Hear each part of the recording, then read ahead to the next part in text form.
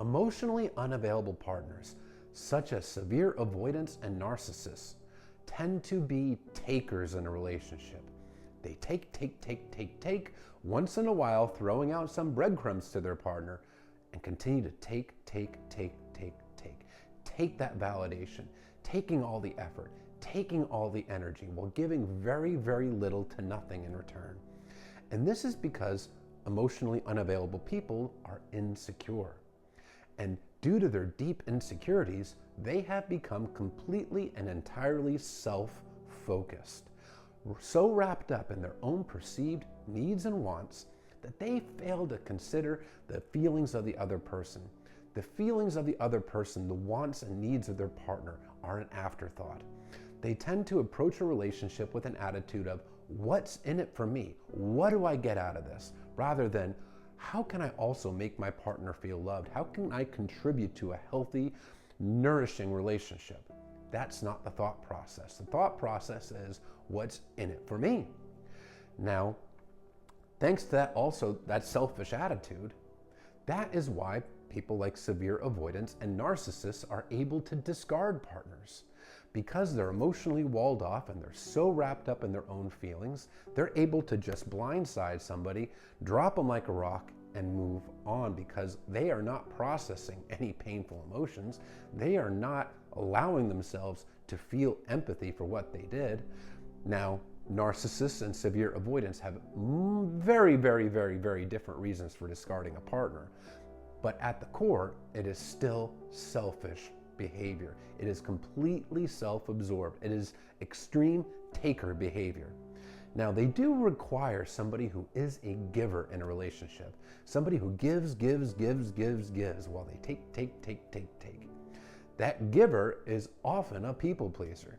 Somebody who takes personal responsibility for everybody else's feelings while neglecting their own wants and needs.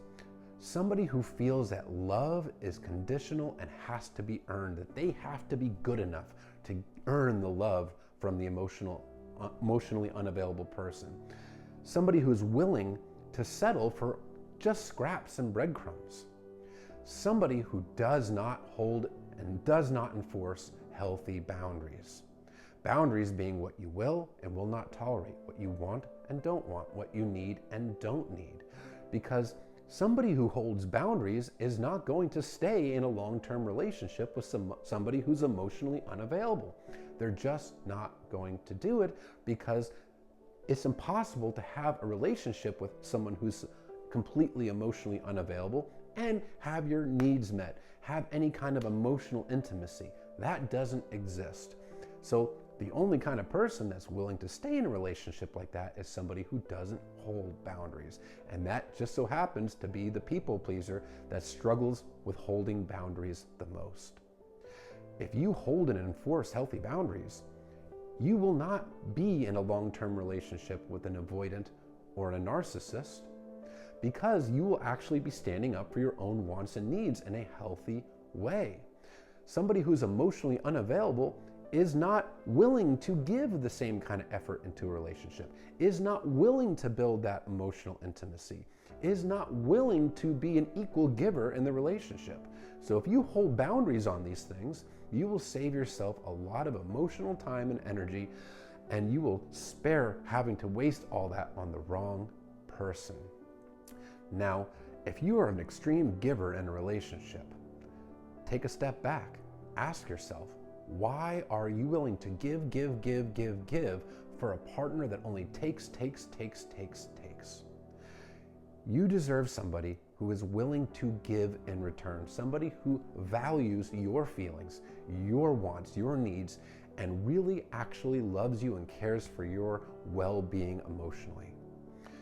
It shouldn't be a one-way street in a relationship. It should be a two-way street with both partners equally caring about the other one.